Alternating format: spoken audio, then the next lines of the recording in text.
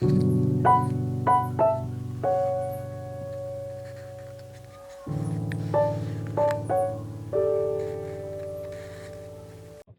வந்து நம்ம Amazonல ஒரு கிளிக் பண்ணி ஒரு ஆர்டர் பண்றோம் அப்படின்றது ஈஸி. பிஹைண்ட் எவ்வளோ பேர் இருக்காங்கன்றது யாருக்குமே தெரியாது. அதில எவ்வளோ பேர் ஒர்க் பண்றாங்க, எவ்வளோ கஷ்டப்படுறாங்க அப்படின்றது இருக்கு. 10 நிமிஷத்துல இன்ஸ்டாமார்ட்ல வந்து டெலிவரி பண்றாங்க அப்படின்னா, அங்க ரியல் டைம்ல உள்ள போய் பார்த்தா தெரியும். எவ்வளோ எம்ப்ளாயீஸ் அதில கஷ்டப்படுறாங்க, எவ்வளோ பிரச்சனையில யூஸ் பண்றாங்கன்றதெல்லாம் இன்னைக்கு நெறைய தொழில பேஸ் பண்ணி நெறைய பேர் சொல்லுவாங்க. அவங்கலாம் என்ன சொல்லுவாங்கன்னா, ரூ. 50,000 போதும். இந்த ப்ராடக்ட் வந்து மிஷின் வாங்கி இத அரைச்சு வித்துரலாம். வித்தா கோடியில சம்பாதிக்கலாம்பாங்க. பட் அத மாரிலாம் பண்ணவே முடியாது. Flipkart, Snapdealலாம் கேள்விப்பட்டிருப்பீங்க. ஒரு காலத்துல அவங்கலாம் Flipkart மாரி. இன்னைக்கு அந்த சைட்டே காலில. எதனால? அவங்களோட மேனேஜ்மென்ட் அந்த மாரி ஆயிப்போச்சு. சிஸ்டம் ப்ராசஸ் அப்படின்றது பார்த்தீங்கன்னா, இப்போ வெப்சைட் தான் எங்களோட மெயினான ஒரு இது. chennaianguri.comன்றது ஒரு டொமைன். இந்த டொமைன் வந்து .comனா ஒரு பிரைஸஸ் வரும். .inனா பிரைஸ் கம்மியா இருக்கும். இது வந்து டொமைன். இதுக்கு இந்த டொமைன வந்து ரன் பண்றதுக்கு ஒரு ஹோஸ்டிங்னு ஒரு இருக்கும். இந்த ஹோஸ்டிங்க்கு வந்து எப்படி பார்த்தாலும் இயர்லி ஒரு 15,000 சார்ஜ் பண்ணுவாங்க. நார்மலா ஷேர்ட் ஹோஸ்டிங்ல நம்ம. இதுவே ஷேர்ட் ஹோஸ்டிங்கா இல்லாம நம்ம வந்து AWS அந்த மாரி யூஸ் பண்ணோம்னா, மந்த்லி 5,000 நம்ம கிட்ட இருந்து வரும். ஆல்மோஸ்ட் நீங்க வந்து ஒரு பிசினஸ் ஸ்டார்ட் பண்றதுக்கு எப்படி கடைய வாடகை குடுக்குறீங்களோ, அதே மாரி தான் இந்த வெப்சைட்டும். இந்த வெப்சைட்ட டொமைன் 1 இயர்க்கு வந்து ஒரு ரூ. 1,500 ரூ. 2,000 சார்ஜ் பண்ணுவாங்க .comக்கு. ஹோஸ்டிங்க பொறுத்தவரைக்கும் உங்களோட ஃபைல்ஸோட வெயிட்டேஜ பொறுத்து இருக்கு. நீங்க ஃபைல்ஸ் எப்படி யூஸ் பண்ண போறீங்க? அதுக்கப்புறம் அதுல உங்க ஸ் ஃபை சை ஃபைல்ஸ்லாம் வந்து கரெக்ட்டா யூஸ் ஆகுதா என்னன்றதெல்லாம் நெறைய இருக்கு. அதுல பிரைவசி இருக்கும். நம்ம SSL சர்டிஃபிகேட்ஸ் இருக்கு. அ ஏன்னா அது பேமெண்ட் கேட்வே இருக்கிறதுனால அப்படி இருக்கும். இப்போ பேமெண்ட் கேட்வே பொறுத்தவரைக்கும் நாங்க வந்து இப்போ Razorpay யூஸ் பண்ணிட்டுருக்கோம். Instamoja 2 யூஸ் பண்ணிட்டுருக்கோம். ஸோ இவங்கலாமே வந்து பார்த்தீங்கன்னா, ஒரு டிரான்சாக்ஷன் நடந்ததுன்னா மினிமம் ஒரு 3.75% வந்து புடிச்சுருவாங்க அவங்க. இதுல. டாக்ஸோட சேர்த்து புடிப்பாங்க. ஸோ இது எல்லாமே வந்து பார்த்தீங்கன்னா, டிபெண்ட்ஸ் எங்க கிட்ட தான் வரும். அந்த சார்ஜஸ் எல்லாமே எங்க கிட்ட தான் வரும். அததான் வந்து நெறைய வெப்சைட் வந்து பிளாட்ஃபார்ம் ஃபீ, மார்க்கெட் ஃபீன்னு சொல்லிட்டு தனி சார்ஜஸா போட்டு எடுத்துருவாங்க. பட் நாம அதெல்லாம் எதுவுமே பண்ண மாட்டோம். அந்த சார்ஜஸ் எதுவுமே உங்களுக்கு வராது. நீங்க செக் அவுட் பண்ணும்போது என்ன காஸ்ட் வருதோ, அந்த காஸ்ட்ட தான் நாங்க பே பண்ணுவோம். நாங்க வந்து பண்றோம். ஷிப்பிங்க பொறுத்தவரைக்கும் பார்த்தீங்கன்னா, நம்ம வந்து இங்க எங்களுக்கு வந்து ஸ்டாஃப் கிடையாது. நாங்க போய் டைரக்ட்டா டெலிவரி போய் பண்றதுக்கு. ஏன்னா, அ நான்லாம் அத வச்சு பார்த்துட்டேன். ஸ்டாஃப்ஸ பொறுத்தவரைக்கும் யாருமே சாட்டிஸ்ஃபைடா இல்ல. யாருமே வந்து சரியா ஒர்க் பண்ண மாட்டேன்றாங்க. எல்லாமே எங்கேயும் சுத்தினே இருக்கணும்னு தான் நினைக்கிறாங்களே தவிர, வொர்க்க வந்து கரெக்ட்டா பண்ணணும்னு நினைக்கிறது. அதனால அத ஸ்டாப் பண்ணிட்டு, 100% எல்லா ஆர்டர்ஸும் நம்ம கொரியர் தான் அனுப்புவோம். ஒரு சிலர் அர்ஜென்ட் நாங்க சென்னையில இருக்கிறதுனால அர்ஜென்ட் எங்களுக்கு உடனே வேணும்னா, போர்ட்டர், உபர் இந்த மாரி போட்டு நாங்க அனுப்பி விட்டுருவோம் அவங்களுக்கு. இந்த ஷிப்பிங்க பொறுத்தவரைக்கும் பார்த்தீங்கன்னா, நாங்க வந்து எஸ்டி கொரியர்ஸ் யூஸ் பண்ணுவோம். தமிழ்நாடு வரைக்கும்.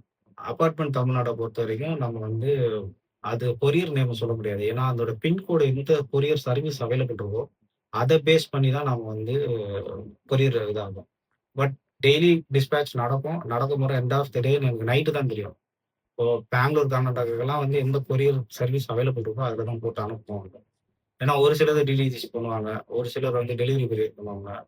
ஒரு சிலர் எஸ்டி கொரியர் பண்ணுவாங்க. ஸோ அதனால வந்து இந்த நெக்ஸ்ட் டே தான் வந்து கஸ்டமருக்கே நாங்க எந்த கொரியர் நாங்க டிஸ்பேட்ச் பண்ணியிருக்கோன்றதே டீட்டெயில்ஸ நாங்க ஷேர் பண்ணுவோம். ஏன்னா, அந்த நெறைய பேர் வந்து ரூரல்ல இருப்பாங்க. அவங்க வந்து கேட்டா எல்லாம் வரும் அப்படின்னு சொல்லுவாங்க. அங்க பார்த்தா சர்வீஸ் இருக்காது. ஸோ, அதனால இந்தியா போஸ்ட் இருக்கும். அந்த மாரி மாத்தி, மாத்தி நம்ம யூஸ் பண்ணுவோம். ஸோ, ஒரே கான்ஸ்டன்ட்டா ஒரே கொரியர் நம்ம யூஸ் பண்ண மாட்டோம். எல்லா கொரியரும் யூஸ் பண்ணுவோம். எல்லா கொரியருக்குமே வந்து ஜிஎஸ்டி போடுவாங்க. அந்த காஸ்ட் நம்ம வந்து கஸ்டமர் கிட்ட நம்ம சார்ஜே பண்ண மாட்டோம் நம்ம. ஜென்ரலாவே வந்து கொரியருக்கு என்ன மினிமம் காஸ்ட் இருக்கோ, அத மட்டும் நம்ம கஸ்டமர் கிட்ட வாங்குவோம். அவுட் சைட் நெய்பர் ஸ்டேட்ஸ் எல்லாமே வந்து நாங்க பே பண்றது ரூ. 80 கிட்ட சார்ஜ் பண்ணுவாங்க எங்களுக்கு ஒரு கிலோ. அதுவும் இப்போ வந்து புதுசா வால்யூமெட்ரிக்ன்னு சொல்லி ஒண்ணு கொண்டு வராங்க. அந்த வால்யூமெட்ரிக்லாம் வந்து பார்த்தீங்கன்னா, டேப் வச்சு அளப்பாங்க ஒரு பாக்ஸ. அளந்து அதுக்கேத்த சார்ஜஸ் போடுவாங்க. அதெல்லாம் ரொம்ப காஸ்ட் அதிகமா இருக்கும். இப்போ 1 கிலோ இருக்க வேண்டிய இடத்துல அது பார்த்தீங்கன்னா 2 கிலோ வரும், 2 1/2 கிலோ வரும். நான் கஸ்டமர் கிட்ட 1 கிலோவுக்கு ரூ. 59 காசு நான் வாங்கியிருப்பேன். ஆனா நான் வந்து பார்த்தீங்கன்னா ரூ. 130 ரூ. 150 குடுத்துருப்பேன். அந்த மாதிரிலாம் இப்போ நெறைய இன்டர்னலா நெறைய நடக்குது இப்போ. இப்போ இந்த பிரைஸிங் இன்கிரீஸ் பண்றதுனால, ஜிஎஸ்டி போட்டதுனால எல்லாருமே அந்த மாரி பண்றாங்க. அதெல்லாம் வந்து ஒரு ஹிட்டனா வந்து சார்ஜ் பண்ணுவாங்க. அதனால தான் என்ன பண்ணுவாங்கன்னா, நெறைய வெப்சைட்ல வந்து என்ன பண்ணுவாங்கன்னா, ப்ராடக்ட் வந்து ரூ. 30 வர ப்ராடக்ட்ட ரூ. 80 போட்டுருவாங்க. நான் வந்து ஷிப்பிங் ஃப்ரீ தரேன்னு சொல்லுவாங்க. நீங்க ரூ. 30 பொருளையும் ஒரு பொருளுக்கிட்டயும் உங்ககிட்ட ஷிப்பிங் காஸ்ட் அவன் ஹிட்டனா வாங்கிட்டான். ஆனா நீங்க ஃப்ரீன்னு நெனச்சுட்டு இருப்பீங்க. ஆனா அதுதான் நடக்கும். செக் பண்ணி பாருங்க. எனக்கு தெரியும் அது நெறைய இதுல. அந்த இப்போ அந்த இது மாரி இருக்கும். நம்ம பேமெண்ட் கேட்வேஸ்லாம் வந்து பார்த்தீங்கன்னா, இன்னைக்கு ஒரு ரூ. 10,000 சேல்ஸ் நடந்தாலும், அந்த அமௌண்ட் அன்னைக்கே என் அக்கவுண்ட்க்கு வராது. இது ஒரு 3 நாள் ஆகும். So business working days 3 days ஆகும். சாட்டர்டே, சண்டே ஆச்சுன்னா அன்னைக்கும் வராது. அதோட மண்டே தான் வரும். ஸோ இந்த மாரி வந்து ஆன்லைன்ல பிசினஸ் பண்ணும்போது பார்த்தீங்கன்னா, இந்த மாரி விஷயங்கள்லாம் சின்ன சின்ன விஷயங்கள்ஸ்லாம் இருக்கும். இந்த மாரி இன்னைக்கு ஒரு ரூ. 10,000 சர்ச் நம்ம என்ன பண்ணுவோம் நார்மலா ஒரு கடையில 10,000 இப்போ வியாபாரம் ஆயிடுச்சு. உடனே அந்த ரூ. 10,000 எடுத்துட்டு போயிட்டு நம்ம ஸ்டாக்க ரீஃபில் பண்ணுவோம். பட் ஆன்லைன பொறுத்தவரைக்கும் என்ன ஆகும்னா, ரூ. 10,000 சேல்ஸ் நடந்திருக்கும். பட் ஆனா அந்த பேமெண்ட் நம்ம கைக்கு வரதுக்கு 3 நாள் ஆகும். ஸோ அந்த 3 நாள் நீங்க வர்றதுக்குள்ள சேம் ஆர்டரும் திருப்பி வரும். அப்பவும் நீங்க வந்து மனி மேனேஜ்மென்ட் வந்து உங்களுக்கு ஓரளவுக்கு தெரியணும். சின்ன பேசிக் அமௌண்ட் தெரியணும். ரொட்டேஷன் பண்றதுக்கு ஒரு சின்ன சின்ன ஐடியாஸ் இருந்தாலே போதும். எப்படி ஓகே நமக்கு 3 நாள் கழிச்சு இந்த ரூ. 10,000 வரும். அதுக்கேத்த மாரி நம்ம ஸ்டாக் வாங்குறவங்க கிட்ட இருந்து கிரெடிட்ல வாங்கலாமா? கிரெடிட்ல ஃப்ரீயா கிரெடிட்ல இன்ட்ரெஸ்ட் இல்லாம குடுக்குறாங்களா? இந்த மாரி நம்ம பிசினஸ் வந்து வச்சு அவங்க கிட்ட போகணும். இல்ல என்கிட்ட ஃபண்ட் பிரச்சனை இல்ல. சஃபிஷியன்ட்டா இருக்குன்னா, சஃபிஷியன்ட் ஃபண்ட வச்சுட்டு நீங்க ரொட்டேட் பண்ணலாம். பட் எந்த இதா நடந்தாலும் உடனே நீங்க இன்னைக்கு ரூ. 1,00,000 வியாபாரம் ஆச்சுனாலும் 3 நாள் கழிச்சு தான் வரும். 18% ஜிஎஸ்டி அதுக்கும் போடுவாங்க. எல்லாமே போடுவாங்க. நான் இந்த பிசினஸ் ஸ்டார்ட் பண்ணும்போது என்கிட்ட வந்து எம்எஸ்எம்பி சர்டிபிகேட் மட்டும் தான் இருந்தது. அத வச்சு தான் ஸ்டார்ட் பண்ணேன். இன்னைக்கு வந்து உதய ஆதார் சர்டிபிகேட் என்ட்ட இருக்கு. ஐஎஸ்ஓ சர்டிபிகேட்ஸ் இருக்கு. ஐஎஸ்ஓ சர்டிபிகேட்ஸ் வந்து ஜெனரலா மார்க்கெட்டிங் பர்ப்பஸ்க்காக யூஸ் பண்ணக்கூடிய ஒரு ஐஎஸ்ஓ சர்டிபிகேட்ஸ். அது அவங்களே எங்களுக்கு சொல்லி தான் குடுத்தாங்க. ஸோ மார்க்கெட்ல நாங்க வந்து மார்க்கெட்டிங் பண்றதுக்காக தான் அத யூஸ் பண்றோம். ஐஎஸ்ஓ ஷீல்டா கிடையாது எந்த ப்ராடக்ட்டுமே. அப்படி நம்ம வந்து பண்ணோம்னா, அது நெறைய ரூல்ஸ் இருக்கு. அது அந்த மாரி நமக்கு கிடையாது. பட் ஐஎஸ்ஓ சர்டிபிகேட்ஸ் நம்மகிட்ட இருக்கு. எஃப்எஸ்எஸ்ஐ இருக்கு. எஃப்எஸ்ஐ ப்ராப்பரா வச்சிருக்கோம் நாங்க. பெற்றுங்க அது அதுக்கப்புறம் ஜிஎஸ்டி. ஜிஎஸ்டி நாங்க இப்ப தான் எடுத்தோம் ஜிஎஸ்டி. ரீசென்ட்டா தான் ஜிஎஸ்டி பண்ணோம். ஏன்னா எங்களுக்கு ஸ்டார்ட்டிங்ல சேல்ஸ் கம்மியா இருந்ததுனால நாங்க ஜிஎஸ்டி உள்ளயே போகல. இப்போ நெறைய ஆன்லைன் பிளாட்ஃபார்ம்ல நீங்க போணும் அப்டின்னா, மேண்டேட்டரியா அவங்க வந்து ஜிஎஸ்டி வேணும் அப்டின்ற மாரி கேட்கறாங்க. ஆ எங்க ப்ராடக்ட்ஸ பொறுத்தவரைக்கும் பார்த்தீங்கன்னா, எல்லாமே காட்டேஜ் இண்டஸ்ட்ரின்னு இருக்கிறதுனால அவங்க கிட்ட ஜிஎஸ்டி கூட இல்ல. நான் பர்ச்சேஸ் பண்றேன்னா, நான் அப்டியே என் அக்கவுண்ட்லேருந்து நான் பர்ச்சேஸ் அவங்ககிட்ட காசு குடுத்து நான் வாங்குவேன் அவ்வளோதான். ஆனா, நான் பர்ச்சேஸ் பண்ணதுக்கான ப்ரூஃப் அவங்க குடுக்கவும் மாட்டாங்க. ஏன்னா, காட்டேஜ் இண்டஸ்ட்ரின்றதுனால பில்லும் இருக்காது, எதுவும் இருக்காது. ஸோ, ஜிஎஸ்டி நான் வந்து ஜிஎஸ்டி எடுத்துட்டு, ஜிஎஸ்டில எங்க பேங்க்ல என்ன பேலன்ஸ் இருக்கோ, நாங்க அப்படியே சேல்ஸும் எங்க இதையும் வச்சு தான் நாங்க அப்படியே கணக்கு காட்டுறோம். பர்ச்சேஸ் பண்றதுக்கு எந்த ப்ரூஃபும் எங்ககிட்ட இப்போ இல்ல. ஆனா, இப்போ நாங்க கொஞ்சம் எல்லாம் கொஞ்சம் கொஞ்சம் ஒரு சிலர் அப்டேட் ஆயிட்டே வராங்க பர்ச்சேஸ்ல. அவங்களும் ஜிஎஸ்டி போட்டுட்டு வராங்க. ஸோ, இப்போ அதுக்கேத்த மாரி நாங்க கொஞ்சம் கொஞ்சம் மாத்திக்கிட்டு வரோம். இப்போ சைட்டையும் நாங்க நெறைய ரீவாம்ப் பண்ணிட்டு, அதுக்கேத்த மாரி எல்லாமே மாத்திக்கிட்டே வரோம். ஆப்ஸும் இருக்கு. இந்த ஆப் Play ஸ்டோர்ஸ் மட்டும் இப்போ பண்ணியிருக்கோம். iOS வந்து பார்த்தீங்கன்னா, ரொம்ப காஸ்ட் எஃபிஷியன்ட். அது வந்து நம்ம வெப்சைட் பண்ணணும். டெவலப்மெண்ட் பண்றதுக்கு வந்து Apple Play Store வந்து ரொம்ப காஸ்ட்டு. ஸோ ஆண்ட்ராய்ட்ல நாங்க பண்ணி வச்சிருக்கோம். அதுக்கும் வந்து ஆண்ட்ராய்டோட பிளாட்ஃபார்ம்லக்கும் ஒரு பேமெண்ட் இருக்கும். ஒரு டெவலப்பர் அக்கவுண்ட் வாங்கணும்னா அதுக்கு ஒரு காஸ்ட் இருக்கும்.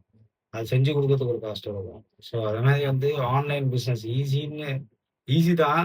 அத அண்டர்ஸ்டாண்ட் பண்ற வரைக்கும். பட் அண்டர்ஸ்டாண்ட் பண்ணலன்னா அது ரொம்ப டிஃபிகல்ட்டா ஆயிடும். இன்னைக்கு வந்து தெருவுல ஒரு 10 மளிகை கடை பார்த்திருப்பீங்க. 10 ஹாஸ்பிட்டல்ஸ் எல்லாமே பார்த்துருப்பீங்க. ஏன் வந்து எல்லாருமே வெப்சைட் எல்லாராலயும் யூஸ் பண்ணாம இருக்காங்க? காரணமே இதான். ஏன்னா அந்த வெப்சைட் வந்து ஈஸி கிடையாது. அது வந்து அண்டர்ஸ்டாண்ட் பண்ணணும். கொஞ்சம் நாலேட்ஜ் இருக்கணும் அதுல. ஒரு சைட் கிராஷ் ஆகும் இம்மீடியட்டா. நம்ம பேண்ட்விட்த் அதிகமாச்சுன்னா சைட் டவுன் ஆயிடும். அந்த டைம்ல போயிட்டு எப்படி நம்ம அப் பண்ணணும்? அதெல்லாமே வந்து ஒரு டெக்னிக்கலா ஓரளவுக்கு நாலேட்ஜ் இருந்ததுன்னா, அத வச்சு நம்ம ஹேண்டில் பண்ண முடியும் அத. இல்லன்னா அது ரொம்ப டஃப் ஆயிடும். இப்போ நீங்க உங்க தெருவுலயே நீங்க பார்க்கலாம். எவ்வளோ பெரிய ஹோல்சேல் இருப்பாங்க. எவ்வளோ கோடீஸ்வரரா இருப்பாரு. ஆனா ஒரு வெப்சைட்டும் வச்சிருக்க மாட்டாரு. ஆப்பும் வச்சிருக்க மாட்டாரு. ஸ்டில் வாக்கிங் கஸ்டமரா போக முடியாது.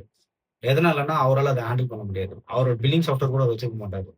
அது ஏன்னா டெக்னாலஜி வந்து அப்கிரேட் ஆயிட்டே போகுதே தவிர, அந்த அப்கிரேடுக்கு ஈக்குவலா வந்து அந்த நாலேட்ஜ் கெயின் பண்ற பீப்பிள் தான் ஈஸியா கெயின் பண்ணிட்டே போவாங்க. இப்ப அந்த அப்டேட் ஆகுதுன்னா, அந்த கடை உட்கார ஓனர்ஸ்லாம் வந்து நாலேட்ஜ் இருக்காது. அவங்க வந்து ஸ்டில் வந்து அப்படியே ஓகே காசு வந்துதா போடுறோமா அப்படின்ற மாரி தான் இருப்பாங்களே தவிர, அ வெப்சைட்ட ஓப்பன் பண்ணாம வச்சிருப்பாங்க நெறைய பேர். வெப்சைட் ஓப்பன் பண்ணா ஒரு ஆர்டர்ஸ் வரும். அவங்களுக்கு ரிப்ளை பண்ணணும். அந்த ஆர்டர டிஸ்பேட்ச் பண்ணணும். இப்போ ட்ராக்கிங் டீட்டெயில்ஸ் அவங்களுக்கு அனுப்பணும். ட்ராக்கிங் போல ப்ராடக்ட் ரிசீவ் ஆகலன்னு சொன்னா, அந்த வெண்டாருக்கு குடுத்து கம்ப்ளைண்ட் ரைஸ் பண்ணி அத ஃபாலோ பண்ணணும். இத பண்ணலன்னா அந்த கஸ்டமர் வெளில போயிருவாங்க. ஸோ இந்த மாரி வெப்சைட்ஸ்ல வந்து நெறைய சின்ன சின்ன விஷயங்கள்ஸ்லாம் இருக்கும். இதெல்லாமே வந்து அதுல வொர்க் பண்றவங்களுக்கு தான் தெரியும். நீங்க வந்து நம்ம Amazonல ஒரு கிளிக் பண்ணி ஒரு ஆர்டர் பண்றோம்ன்றது ஈஸி. பிஹைண்ட் எவ்வளோ பேர் இருக்காங்கன்றது யாருக்குமே தெரியாது. அதுல எவ்வளோ பேர் வொர்க் பண்றாங்க, எவ்வளோ கஷ்டப்படுறாங்க அப்படின்றது இருக்கு. 10 நிமிஷத்துல இன்ஸ்டாமார்ட்ல வந்து டெலிவரி பண்றாங்க அப்படின்னா, அங்க ரியல் டைம்ல உள்ள போய் பார்த்தா தெரியும். எவ்வளோ எம்ப்ளாயீஸ் அதுல கஷ்டப்படுறாங்க, எவ்வளோ பிரச்சனைகள இஷ்யூ பண்றாங்கன்றதெல்லாம் இருக்கு. அதெல்லாம் நம்ம பேசுனோம்னா பெருசா பேசலாம் அத. அதுல இருக்கிறவங்கலாம் என்ன சொல்லுவாங்கன்னா, ஆர்டர் இன்ஸ்டன்ட்டா வருமா. கொஞ்சம் கூட ஒரு ரிலாக்ஸே இருக்காது. டக்கு டக்கு டக்கு டக்குன்னு பேக்கணும். அந்த 4 செகண்ட்ஸ்ல டேமேஜ் இல்லாம செக் பண்ணி, பேக் பண்ணி அனுப்பணும் கஸ்டமருக்கு. இல்லன்னா என்ன பண்ணுவாங்க, 10 நிமிஷத்துல ரிட்டர்ன் போடுவாங்க. ரிட்டர்ன் வந்துரும். ஒண்ணு ரிட்டர்ன வாங்க வருவாங்க. இல்லன்னா ரிட்டர்ன விட்டுட்டு அத அவங்க சம்பளத்துல பிடிப்பாங்க. ஸோ இந்த மாரி இஷ்யூஸ்லாம் இருக்கு இன்ஸ்டாமார்ட்ல. நம்ம பிசினஸ் பண்ணலாம் அப்படின்றது வந்து வேற. இன்னைக்கு Zepto அது பண்ணிட்டாங்க, இது பண்ணிட்டாங்கன்னு சொல்லுவாங்க. எல்லாமே ஒரு ஒரு இது மாரி தான். அ பெட்டியில எலி மாட்டுன மாரி தான் உட்காந்துன்னு எல்லா வேலையும் செஞ்சுருக்காங்க எல்லாம் அங்க. நாங்க அந்த மாரி இல்லாம, நான் வொர்க் பண்ணி வந்ததுனால, என்னோட பிசினஸ் இப்படி இருக்கணும். என்னோட எம்ப்ளாயீஸ்லாம் இப்படிதான் இருக்கணும். அப்படின்ற மாரி நாங்க வச்சிருக்கோம். என்னோட பிசினஸ்ல இப்படிதான் இருக்கணும். அப்படின்ற மாரி நான் கொண்டு வருவோம். ஸோ ஆல்மோஸ்ட் இந்த இன்னைக்கு மார்க்கெட்ல வந்து நெறைய ட்ரெண்டிங்கான ப்ராடக்ட்ஸ்லாம் வரும். இப்ப நெறைய பேர் சொல்லுவாங்க, சைனால போயிட்டு ப்ராடக்ட் எடுத்துட்டு வந்து போட்டு இப்படி வித்தாங்க. ஒயிட் லேபிளிங் பண்ணாங்கலாம் சொல்லுவாங்க. அதுக்கெல்லாம் நெறைய ஒர்க் இருக்கு. எல்லாம் சொல்றத சொல்லுவாங்க. எல்லாம் நம்ம 1,00,000 இன்வெஸ்ட் பண்ணா 10,00,000 எடுக்கலாம் அப்டின்னுவாங்க. அதெல்லாம் சும்மா அதெல்லாம் எதுவுமே கிடையாது. உள்ள போனா மாட்டிப்பீங்க அதுல. எ நெறைய யூடியூப் சேனல்ஸ்லாம் இருக்கும். அந்த நெறைய தொழில பேஸ் பண்ணி நெறைய பேர் சொல்லுவாங்க. அவங்கலாம் என்ன சொல்லுவாங்கன்னா, ரூ. 50,000 போதும். இந்த ப்ராடக்ட் இந்த மிஷின வாங்கி இத அரைச்சு வித்துரலாம். வித்தா கோடியில சம்பாதிச்சிடலாம்பாங்க. பட் அத மாரிலாம் பண்ணவே முடியாது. நீங்க வாங்கி அரைச்சு வித்துட்டீங்கன்னா, யார்கிட்ட கொண்டு போய் விப்பீங்க? அது ஆளுங்கள தேடணும் நீங்க. அது சொல்றது ஈஸியா இருக்கும். செயல்ல பண்ணவே முடியாது. இதெல்லாம் ரொம்ப கஷ்டமான விஷயம் தான். பண்ணலாம்னா, ஓகே. அத ஒரு மோட்டிவேஷனா எடுத்து அத பண்ணணும்னு நெனச்சு இறங்கிட்டீங்கன்னா, அது ஃபுல் ஃப்ளெட்ஜா இறங்கணும். எடுத்து அதுல டேஸ் கணக்குல உட்காந்து மார்க்கெட்டிங் பண்ணி, ரிசர்ச் பண்ணி, பேசி கஸ்டமர்கிட்ட பிரைஸ் ஃபிக்ஸ் பண்ணி, குடுத்த குவாலிட்டியா நம்ம குடுக்கணும். அப்பதான் ரிட்டர்ன் வருவாங்க கஸ்டமர்ஸ். இல்லன்னா வரமாட்டாங்க. அந்த மாரி நெறைய இருக்கு. பிசினஸ் வந்து ஈஸின்னு சொல்லுவாங்க. பட் இறங்குனா அதுல நெறைய டஃப் இருக்கும். அந்த டஃப்லாம் சேலஞ்சா எடுத்துட்டு போணும். அப்பதான் வந்து அதுல சக்சஸே கிடைக்கும். இன்னைக்கு அமேசான் இவ்ளோ பெரிய நெட்வொர்க் வச்சிருக்காங்கன்னா, அவங்க எவ்வளோ ஸ்டக் ஆயிட்டாங்க ஒரு ஸ்டேஜ்ல. அதெல்லாம் சரி பண்ணியிருக்காங்க. அவங்க சரி பண்ணி தான் இன்னைக்கு இந்த அளவுக்கு கொண்டு வந்திருக்காங்க. Flipkart, Snapdealலாம் கேள்விப்பட்டிருப்பீங்க. ஒரு காலத்துல அவங்க தான் Flipkart மாரி. இன்னைக்கு அந்த சைட்டே காலியில.